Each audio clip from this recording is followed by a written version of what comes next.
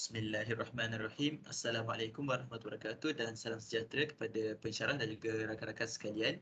Kami daripada Kumpulan 5 akan membentangkan topik perlembagaan persekutuan sebagai tapak integrasi dan wahana etika dan peradaban.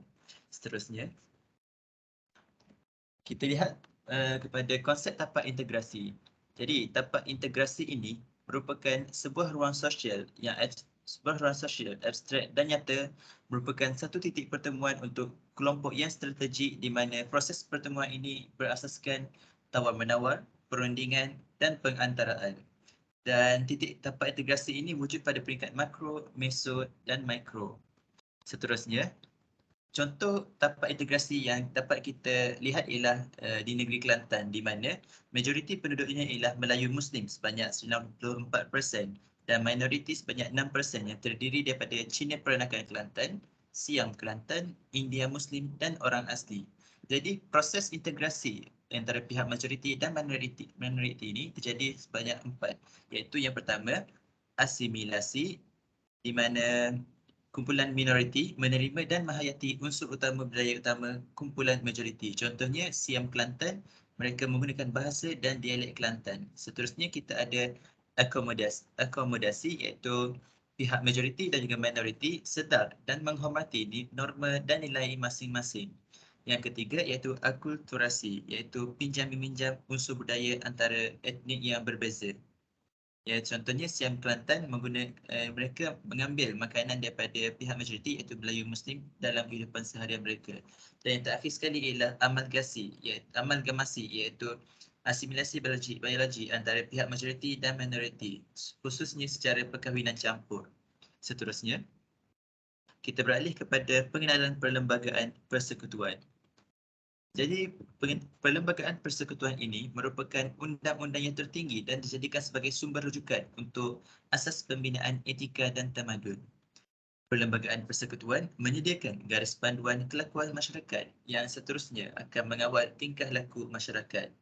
Seterusnya, kita akan lihat kepada definisi dan konsep perlembagaan. Jadi, definisi kepada perlembagaan ialah perlembagaan ini merupakan kumpulan peraturan yang berkaitan dengan pentadbiran sesebuah negara. Perlembagaan mencipta 3 institusi perlembagaan negara iaitu Badan Perundangan, Badan Eksekutif dan Badan Kehakiman. Ketiga-tiga badan ini mempunyai peranan yang tersendiri dan perlembagaan meletakkan had kepada kuasa ketiga-tiga badan tersebut.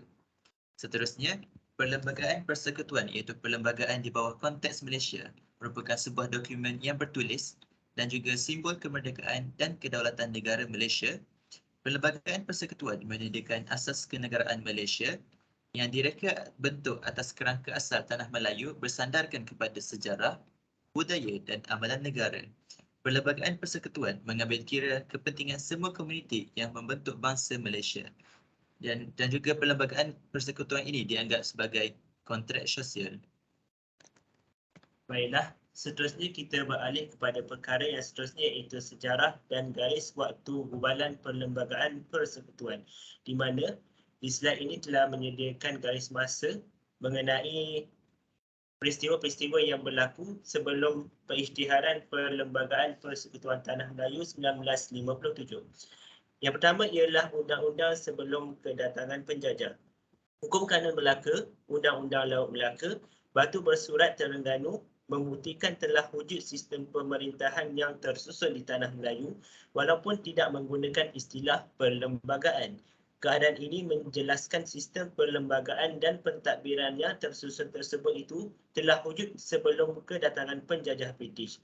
Yang kedua, telah berlakunya Malayan Union, di mana sebab-sebab Malayan Union diperkenalkan adalah untuk menyatukan negeri-negeri dan meningkatkan kecekapan pengurusan pentadbiran. British menyimpan perasaan anti-Melayu kerana orang Melayu bekerjasama dengan Jepun dan pengenalan Malayan Union dapat melemahkan kuasa Raja-Raja Melayu dan ianya menjadi asas kepada British untuk masyarakat tempatan bagi memerintah negara sendiri. Dan ianya mendapat tentangan yang hebat daripada orang Melayu kerana kedaulatan Raja-Raja Melayu dilenyapkan kecuali dalam hal ehwal berkaitan agama Islam dan adat resam Melayu. Hak kerakyatan diberikan berdasarkan prinsip jus soli iaitu penduduk asing yang telah bermastautin lebih 10 tahun dan lahir selepas Malayan Union secara terus menjadi warga negara, hak sama rata kepada semua warga negara tanpa mengira bangsa iaitu penduduk peribumi tidak memiliki apa-apa keistimewaan, dan cara Harold Michael yang memaksa Raja-Raja Melayu untuk mendapatkan tanda tangan Raja-Raja Melayu dengan cara ubutan. Dan seterusnya, disebabkan hal ini telah terjadinya Persekutuan Tanah Melayu 1948, di mana ianya bertujuan untuk menggantikan Perlembagaan Malayan Union, dan ianya ialah sebuah jawatan kuasa kerja yang ditubuhkan pada Julai 1946 yang terdiri daripada 4 wakil Raja-Raja Melayu, 2 wakil UMNO dan 6 pegawai British. Seterusnya, telah berlakunya kerjasama antara etnik ke arah kemerdekaan. Penubuhan Jawatan Kuasa Perhubungan Masyarakat 1949 yakni CLC yang terdiri daripada pelbagai etnik telah berusaha menyelesaikan sesetengah masalah perundangan terutamanya berkaitan perlembagaan, politik dan ekonomi. Jawatan kuasa ini ditubuhkan bagi membincangkan berbagai isu seperti kewarganegaraan dan kedudukan khas yakni special position, orang Melayu serta dasar pendidikan.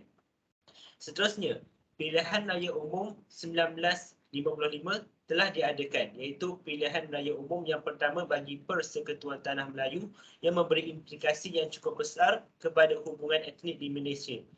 Hasilnya, perkara ini mengetepikan pandangan sempit perkauman dan bekerja ke arah menuntut kemerdekaan daripada penjajah. Tunku Abdul Rahman sebagai Perdana Menteri pertama telah membentuk kabinet yang terdiri daripada komposisi berbilang kaum, iaitu 6 orang Melayu, 3 orang Cina dan 1 orang India. Pemilihan kabinet ini menunjukkan satu kerjasama yang baik dengan pelantikan 3 orang Cina dan 1 orang India untuk memberikan keseimbangan etnik yang lebih diterima dalam Majlis Perundangan Persekutuan. Komposisi kabinet pertama ini menunjukkan bermulanya tapak integrasi. Seterusnya, Suruhanjaya Perlembagaan telah berlaku, di mana Suruhanjaya Perlembagaan merupakan sebuah suruhanjaya bebas yang penubuhannya diperkenan oleh Baginda Ratu dan Raja-Raja Melayu bagi berangka perlembagaan bagi Persekutuan Tanah Melayu yang merdeka.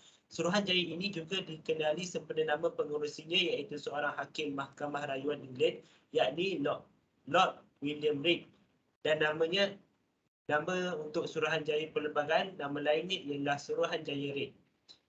Jadi, selepas daripada itu, telah berlakunya pengisytiharan Perlembagaan Persekutuan Tanah Melayu 1957 dan dikekalkan sehingga ke hari ini. Seterusnya, kita beralih kepada perkara yang seterusnya iaitu kerangka asas Perlembagaan Persekutuan, di mana kita ada 8 kerangka asas Perlembagaan Persekutuan, iaitu negara persekutuan yang pertamanya, yang keduanya ialah agama Islam bagi persekutuan, yang ketiga ialah perlembagaan undang-undang tertinggi, yang keempat ialah elemen warisan, yang kelima ialah kewarganegaraan yang sama, yang keenam ialah kebebasan asasi, yang ketujuh ialah pindaan perlembagaan, dan yang ke-8 ialah perkara subversif dan darurat, di mana perkara pertama iaitu kerangka yang pertama iaitu negara persekutuan, di mana ciri-ciri umum negara persekutuan ialah mempunyai perlembagaan yang bertulis dan perkongsian kedaulatan sebagai contohnya. Yang kedua ialah Islam sebagai agama persekutuan, di mana Islam dan Raja Islam adalah urusan setiap negeri dan penduduk Malaysia diberikan kebebasan beragama. Yang ketiga ialah perlembagaan persekutuan undang-undang tertinggi, di mana semua undang-undang bercanggah dengan perlembagaan adalah tidak sah. Yang kedua ialah perlembagaan adalah rujukan pertama sebagai sumber perundangan dan pentadbiran, dan semua polisi atau dasar pentadbiran negara hendaklah selaras dengan perlembagaan dan tidak boleh bercanggah dengan mana-mana peruntukan perlembagaan. Dan seterusnya ialah elemen warisan. Yang keempat ialah elemen warisan. Kerangka ini merujuk kepada elemen asal dan telah sekian lama menjadi pengenalan atau identiti bagi negara. Elemen-elemen asal dan tradisi yang dikekalkan. Maafkan saya. Elemen-elemen asal dan tradisi yang dikekalkan dalam perlembagaan dengan peranan-peranan tertentu. dan ianya seringkali dirujuk sebagai kiasari perlembagaan persekutuan. Sebagai contoh, perkara 31, 32, 38, 70, 71 dan 181 berkaitan institusi beraja, raja-raja di negeri yang di Pertuan Agong dan Majlis Raja-Raja, perkara 3, 11, kurungan 4, 12, 2, jadual keempat berkaitan agama Islam, perkara 153 iaitu keistimewaan Melayu dan kepentingan sah komuniti-komuniti lain, dan perkara 152 iaitu bahasa Melayu. Seterusnya, kerangka yang kelima ialah kewarganegaraan yang sama, di mana ada 4 cara untuk mendapatkan kewarganegaraan, iaitu operasi undang-undang, pendaftaran, naturalisasi dan juga gabungan wilayah. Yang keenam ialah kebebasan asasi, di mana kebebasan asasi merangkumi jaminan kepada hak-hak sivil seperti politik, seperti hak untuk hidup, kebebasan beragama, kebebasan bersuara, hak kepada pendidikan dan harta. Yang kedua ialah kebebasan yang tidak mutlak yang mengambil kira keadaan fabrik masyarakat Malaysia. Dan juga yang ketiga ialah kebebasan tidak mutlak yang tertakluk kepada ketenteraman dan keselamatan negara. Seterusnya ialah kerangka yang ketujuh iaitu prosedur pindaan perlembagaan, di mana setiap pindaan perlembagaan yang ingin dilakukan mempunyai prosedur-prosedur yang tertentu. Yang ke-8, yakni yang terakhir ialah perkara subversif dan darurat, di mana perlembagaan berfungsi untuk menangani ancaman keselamatan seperti subversif, darurat besar dan juga jenayah terancam. Seterusnya kita pergi kepada cabaran dalam mengekalkan perlembagaan persekutuan kita sebagai tapak integrasi dan juga wahana etika dan peradaban. Kita ada 6 cabaran, iaitu yang pertama ialah untuk mengekalkan kelangsungan sistem negara berpersekutuan. Yang kedua ialah mengekalkan kedudukan agama secara umum dan Islam sebagai agama negara. Yang ketiga ialah mengekalkan kestabilan negara dengan menjaga kepentingan perpaduan dalam kalangan masyarakat pelbagai etnik. Yang keempat ialah menghadapi gelombang hak asasi dan Orde Baru Dunia. Yang kelima ialah mengekalkan keamanan negara dengan mengawal dan menghapuskan aktiviti subversif dan jenayah terancam. Yang keenam ialah mengekalkan kelangsungan elemen-elemen tradisi dalam perlembagaan. Keenam-enam cabaran ini perlu ditangani supaya perlembagaan persekutuan dapat dikekalkan sehingga ke akhir hayat. Itu sahaja daripada kami, kumpulan 5. Sekian, terima kasih.